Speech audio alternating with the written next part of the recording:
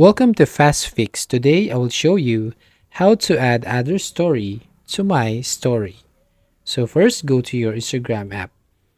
You need to make sure that you are tagged in or mentioned on your friend's post story so you can be able to repost on your own story.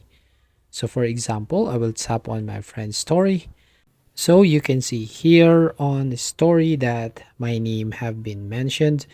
So now I can repost it to my own story.